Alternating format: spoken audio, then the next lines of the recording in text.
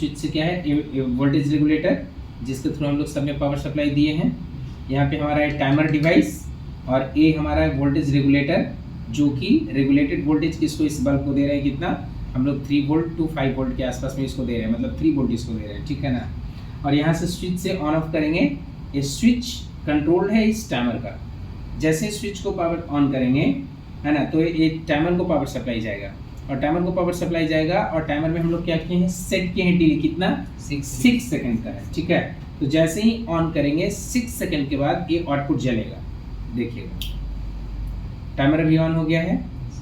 6 second बाद approx bulb जला, ठीक है, ये जल रहा है। अभी फिर से देखिए स्विच को बंद कर रहे हैं, जैसे स्विच को बंद किए हैं सेम इंस्टेंट में बंद हो गया है, राइट।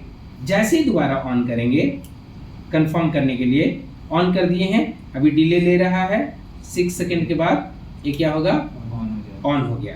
तो इससे कंफर्म हुआ है कि ये हमारा ऑन डिले है। अभी इसी टाइमर में एक मोड दिया है ना, अभी इसको ऑफ कर रहे हैं। टाइमर में मोड दिया है जिसको से कि आप इसी टाइमर को ऑफ की तरह भी यूज कर सकते हैं, है ना। तो हम क्या करते हैं कि मोड वाले स्विच को ऑन करते हैं जिससे कि ये ऑफ टाइमर की तरह ट्रीट करे। अभी मोड को ऑन कर दिए, मोड को ऑन कर दिए और अभी ऑन, अभी जो टाइमर है ऑफ डिले टाइमर की तरह बिहेव करेगा। डिले सेम वैसे ही जैसे जितना था 6 सेकंड का वैसे ही देगा। और अभी क्या करते हैं, स्विच को हम ऑन करते हैं।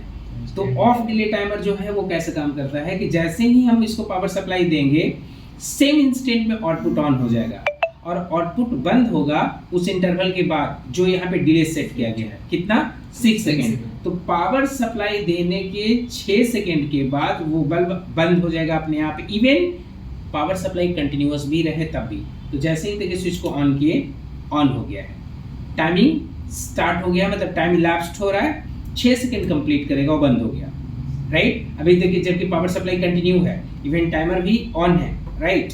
अब क्या होगा, ये दोबारा काम तभी करेगा जब इस स्विच को ऑफ करेंगे। ऑफ किए और फिर से जैसे ही दोबारा ऑन करेंगे, ये देखिए फिर से 6 सेकंड के बाद वो ऑफ हो जाएगा, ऑफ हो गया, अब बंद हो गया। तो ये हमारा ऑफ टाइमर का एप्लीकेशन है। मतलब एक ही टाइमर को हम लोग सिर्फ मोड सिलेक्शन से एज ए ऑन और एज ए ऑफ यूज कर सकते हैं। Thank you.